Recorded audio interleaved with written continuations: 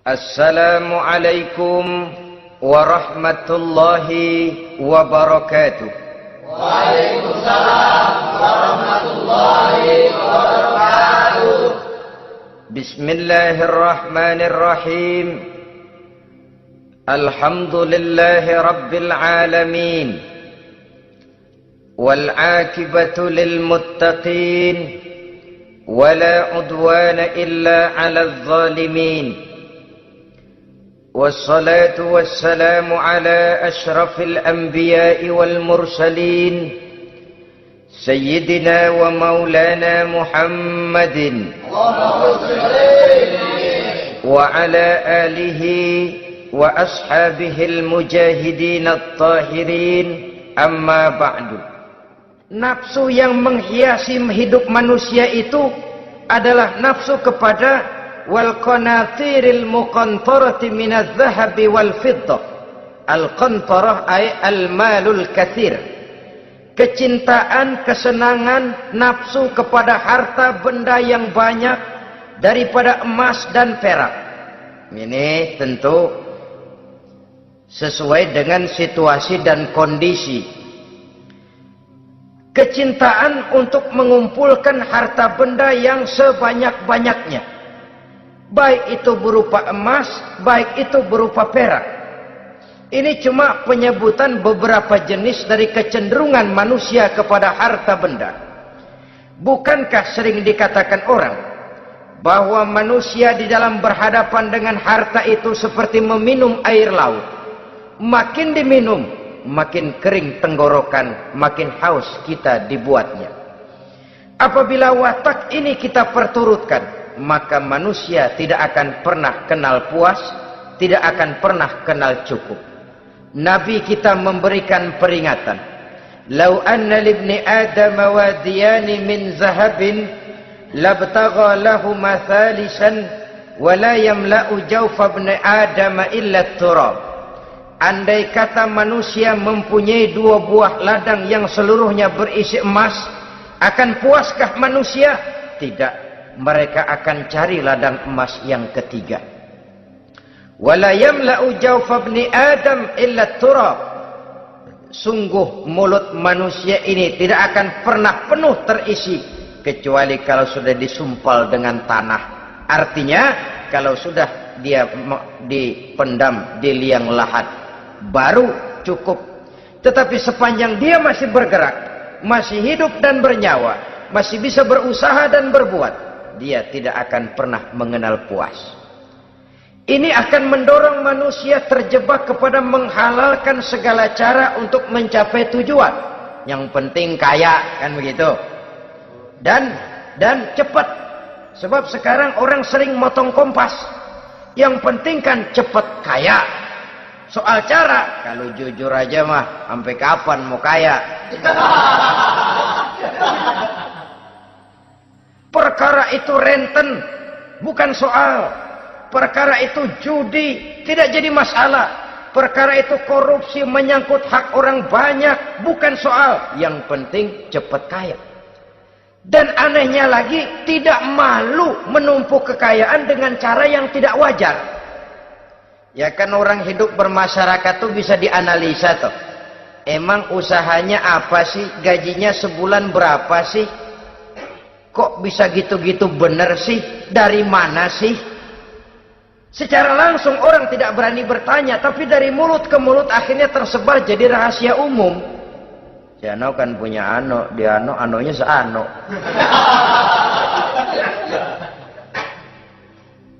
Ini bisa jadi bahan pertanyaan dalam kehidupan, akhirnya jadi gunjingan.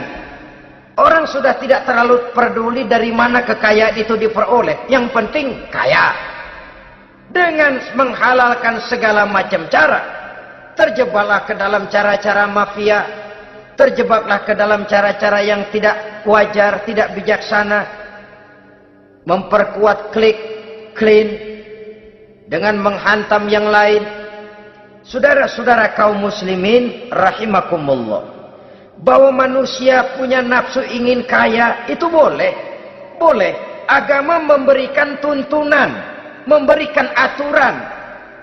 tidak hanya sekedar asal kaya, tidak hanya sekedar asal banyak harta. Malahan hadis menyatakan, kalau saudara diberikan umur panjang, pertanyaan akhirat cuma satu kok. Umurmu kau habiskan di mana? Kalau saudara diberikan amanah berupa ilmu pengetahuan, pertanyaan akhirat juga cuma satu kok. Ilmumu kau amalkan untuk apa?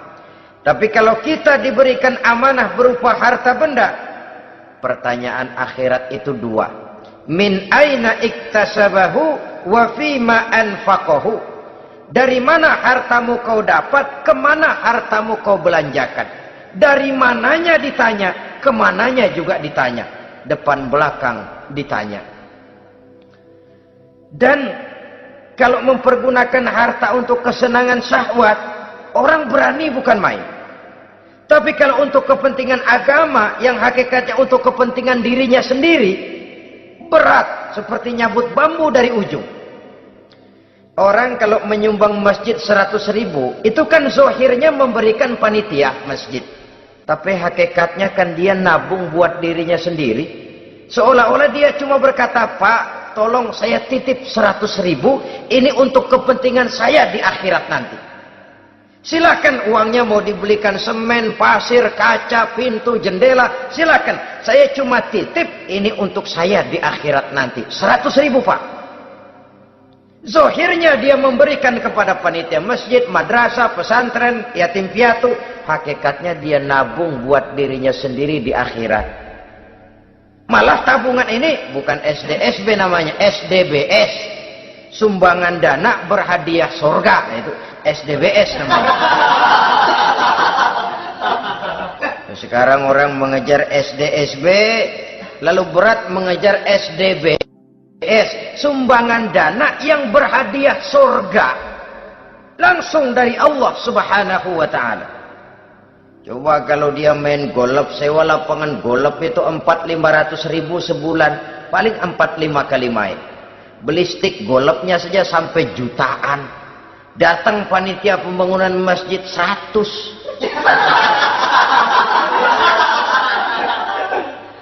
Minta didoain masuk surga lagi. Surga 100.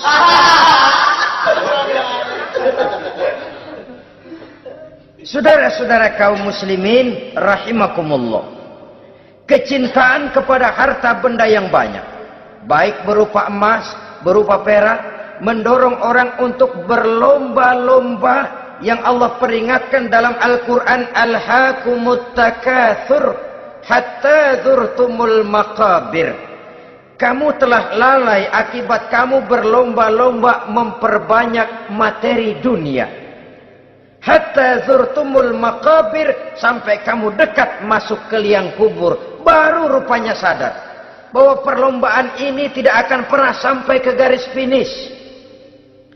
Betapapun jauhnya rally Paris-Dakar, garis finishnya ada.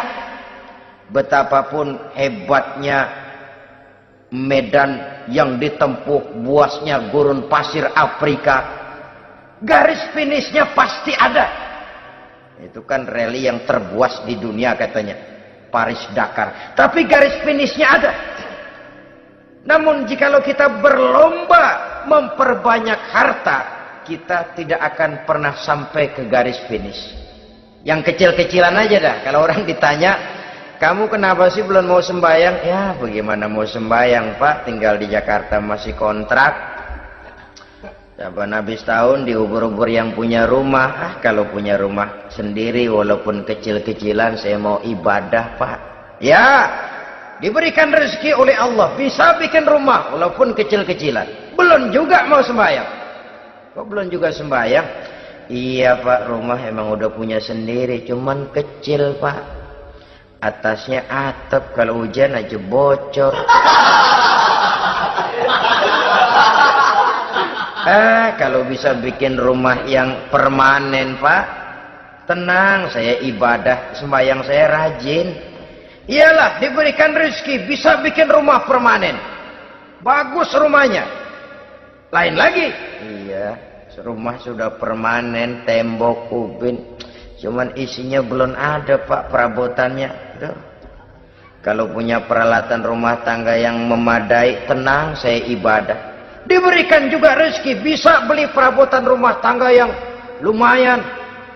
Di atas tehelnya sudah pakai karpet, mebelnya spaghetti, tempat tidurnya alga spring bed, dan low pillow, ada kulkas, ada TV, di sebelah TV ada kunci mobil. Kuncinya mobilnya mana?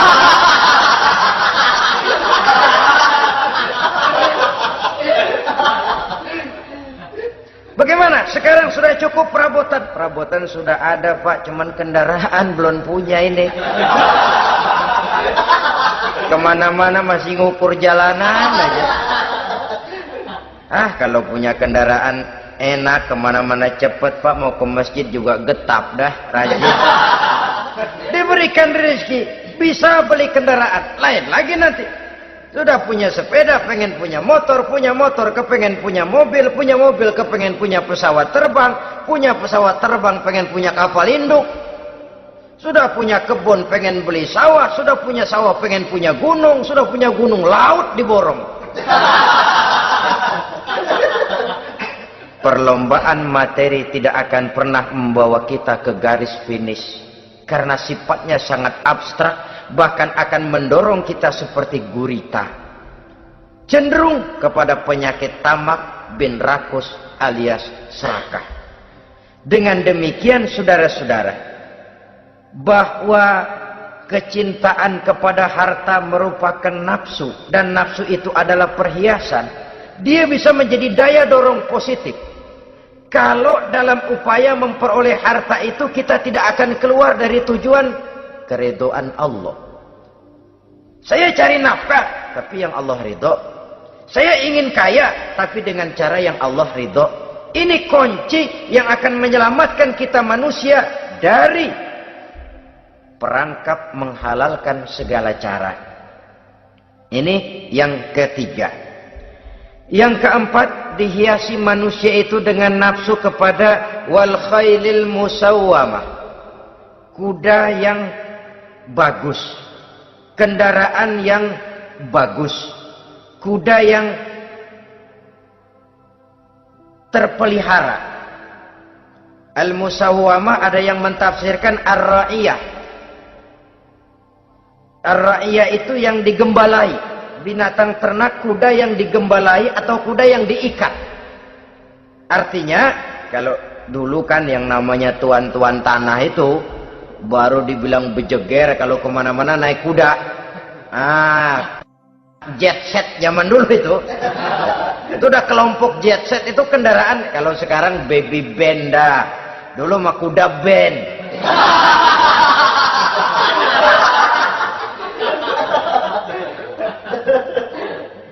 Manusia punya kecenderungan suka kepada kendaraan. Apalagi di zaman sekarang ini, wah, iklan-iklan itu kan sangat menggoda kita. Melayani segala macam bentuk penjualan. Nah, ini lalu terangsang biar duit cekak. Kalau udah ngebaca itu, wah, berani banget dah. Tahu duit nggak mungkin cukup, tapi begitu baca melayani segala macam bentuk penjualan dengan fasilitas ringan. Nah, jadi dah. Jadi juga punya mobil, jadi dah. Perkara utang itu bakal nyekek leher, bukan soal. Kasihan saudara-saudara kita di daerah-daerah yang terjebak kepada iklan-iklan merangsang yang akhirnya di luar kemampuan. Sehingga terjebak pada saat dia harus mengembalikan kredit, dia tidak mampu, barang disita, uang hangus, nyengir deh. Bekipas sembari tahlil. Habis arang besi binasa. Bahwa kita menginginkan kendaraan yang serba baik, silahkan. Tiap akhir tahun ganti merek, keluar yang baru, ganti lagi. Itu kalau orang yang mampu. Buat kita yang tidak mampu, kenapa tidak bersyukur melihat yang lebih rendah di bawah kita? Alhamdulillah kita punya mobil, tangga kita cuman punya motor. Yang punya motor, syukur kita punya motor bisa rada cepetan. Tangga sebelah punya sepeda. Mana-mana kekejek mulu. Yang punya sepeda, alhamdulillah punya sepeda. Tangga sebelah kemana-mana jalan kaki. Yang jalan kaki, syukur masih bisa jalan. Teman sebelah lumpuh bertahun-tahun nggak. Yang lumpuh, alhamdulillah masih hidup. Tangga sebelah kemarin out nggak balik lagi. Saudara-saudara, saya pikir menengok ke atas itu perlu supaya ada rangsangan kita untuk maju. Tapi menengok ke bawah pun juga lebih perlu agar kita mensyukuri yang ada dan tidak suudzon, tidak buruk sangka kepada Allah. Apa yang diberikan Allah kepada kita sekarang ini, itulah yang terbaik menurut Allah untuk kita. Saudara-saudara kaum muslimin rahimakumullah. Dahulu ada seorang pemuda, matanya buta. Dia mengeluh, "Ya Allah, kenapa saya dilahirkan dalam keadaan buta? Apa dosa saya? Apa salah saya? Andai kata saya tidak buta, saya melihat keindahan alam ini, saya lebih akan bersyukur kepadamu ya Allah." Nah, sudah, dia berburuk sangka kepada Allah. Satu hari, ini Raja Baduy di pedalaman mengerahkan tentaranya menculik anak-anak muda. Ini Raja Baduy ini kanibal, artinya suka makan daging manusia. Anak-anak muda ini diculik. Yang masih muda-muda ya, kalau kambing muda itu kan di sop rada sedap. Rupanya ini Raja kanibal ini begitu. Anak-anak muda termasuk ya pemuda yang buta tadi itu kena culik. Ya sudah diculik, rawatlah di istana raja ini, diberikan pakaian bagus, dikasih makan serba enak. Sebab apa? Supaya badannya gemuk. Setelah gemuk nanti dipotong di sop legit. Sudah, kerjanya cuma makan tidur, fasilitas nikmat, tidur enak. Udah giliran dapat 1 bulan 2 bulan kemudian, ketika mau diambil anak-anak muda ini, raja sendiri yang milih mana yang disop duluan nih. Sampai giliran anak muda yang buta ini, raja geleng kepala. Yang begini mah buta, dagingnya nggak enak. Ini satu lepas aja, lepas. Saya mau makan daging orang buta, lepas aja. Pulang ini anak muda, batinnya bersyukur, sujud syukur, ya Allah, katanya untung saya buta. Coba kalau saya nggak buta udah habis saya disop. 2 bulan yang lalu dia mengeluh, "Ya Allah, kenapa saya dilahirkan dalam keadaan buta?" Sekarang dalam pulang ke rumah, perjalanan menuju ke rumah, dia berkata, "Alhamdulillah, andai kata saya tidak buta, habis badan saya disop oleh raja yang kanibal tadi." Saudara-saudara kaum muslimin rahimakumullah. Jadi dengan demikian pola hidup yang konsumtif sesungguhnya sangat tidak mendidik apabila dilatar belakangi oleh kemampuan yang tidak menunjang. Dengan demikian setidaknya mendidik orang untuk berkhayal. Anak-anak muda sama merek mobil ngerti banget dah, punya kagak? Ini BMW model terakhir nih. Nih, kemarin gue ngeliat di sana, gue megang rame banget.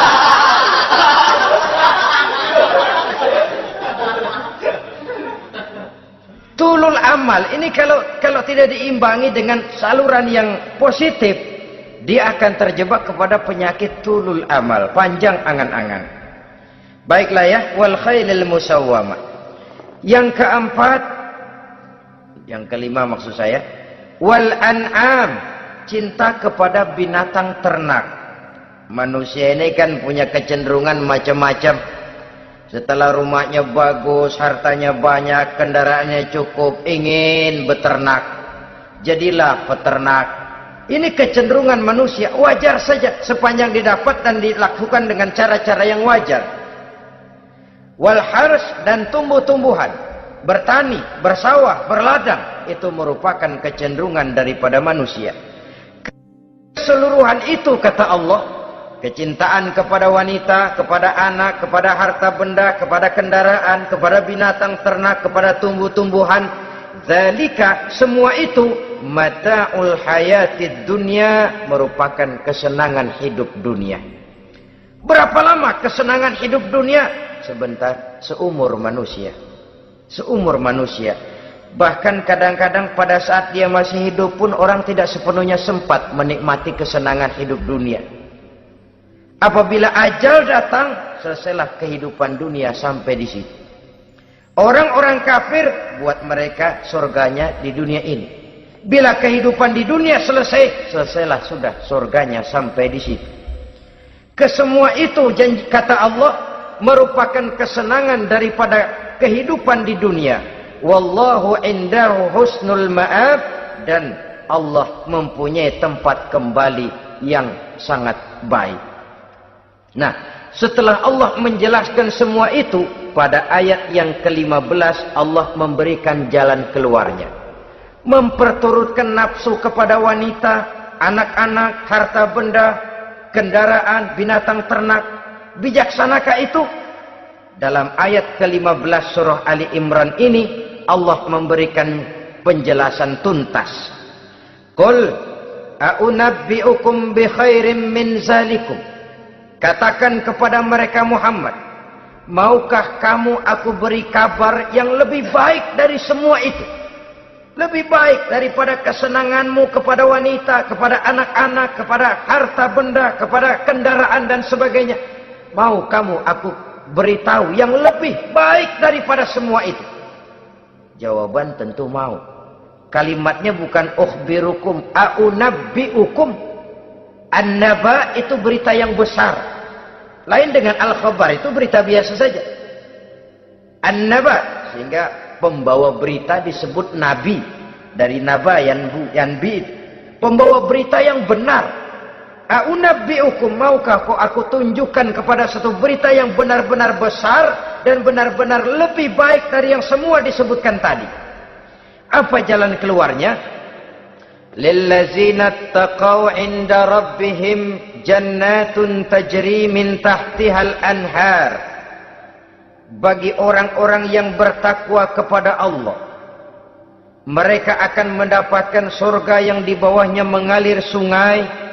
Khalidina fiha, mereka akan kekal di dalamnya. Wa azwajun mutahharah, dan mereka mendapat istri-istri yang suci. Waridwanum minallah, dan keridhaan daripada Allah subhanahu wa ta'ala.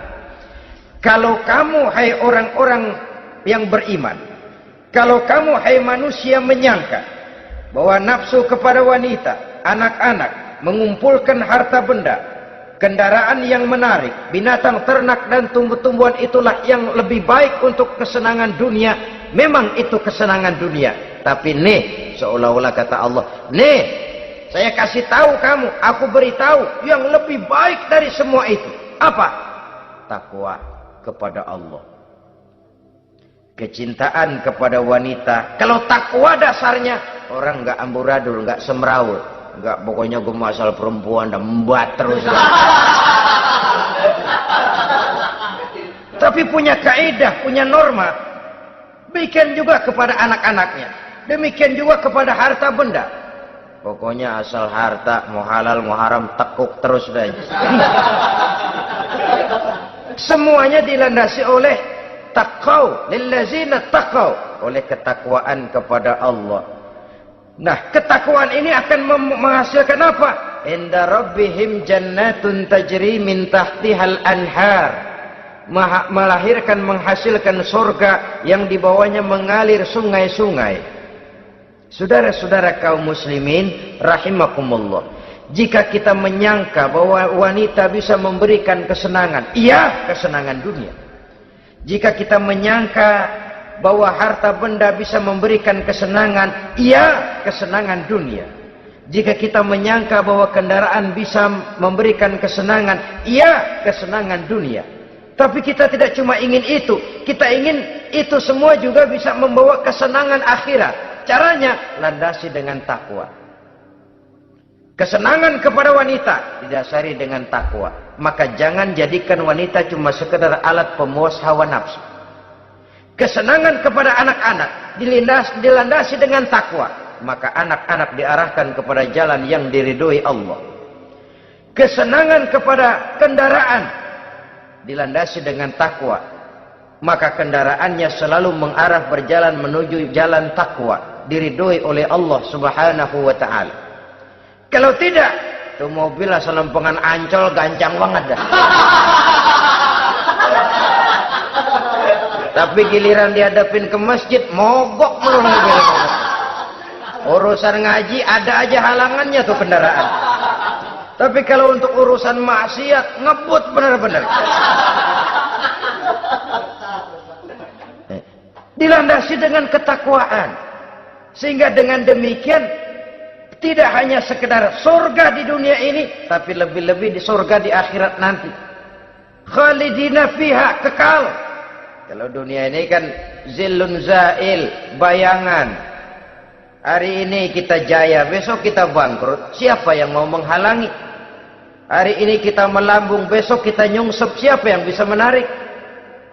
Tidak kekal, berubah, temporer, relatif. Di sana kebahagiaan yang dilandasi dengan takwa ini sudah surga, kekal di dalamnya, azwajun mutahharah. Dapat istri-istri yang suci. Suci dalam arti belum pernah dijamah orang lain. Suci dalam arti tidak pernah terkena halangan. Seperti men misalnya.